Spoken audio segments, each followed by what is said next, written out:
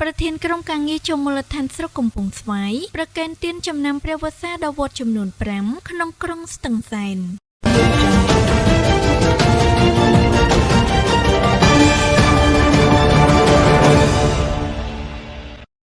លោកស្រីខួនខុនឌីសមាជិកព្រឹទ្ធសភានិងជាប្រធានក្រុមការងារគណៈបច្ចុប្បន្នមូលដ្ឋានស្រុកកំពង់ស្វាយខេត្តកំពង់ធំនិងលោកអុកញ៉ាគុយលៀងគីព្រមទាំងលោកស្រីក្រុមការងារគណៈបច្ចុប្បន្នមូលដ្ឋានស្រុកកំពង់ស្វាយរួមជាមួយពុទ្ធបរិស័ទចំណុះជើងវត្តបានរៀបចំពិធីប្រគេនទានចំណាំព្រះវស្សាតយទាននិងបច្ច័យដល់ព្រះគ្រូចៅអធិការវត្តចំនួន5វត្តគឺវត្តឥន្ទ្រីសង្វរៈហៅវត្តកំពង់ធំវត្តទេពនិមិត្តហៅវត្តធម្មយុទ្ធវត្តសែនសិរីហៅវត្តក្តីសែនវត្តសីតធម្មពុទ្ធិមង្គលហៅវត្តពោបកោនិងវត្តរលួក្នុងក្រុងស្ទឹងសែនស្ថិតនៅវត្តទេពនិមិត្តហៅវត្តធម្មយុទ្ធភូមិកំពង់រតេសសង្កាត់កំពង់រតេសក្រុងស្ទឹងសែនខេត្តកំពង់ធំថ្ងៃទី16ខែសីហាឆ្នាំ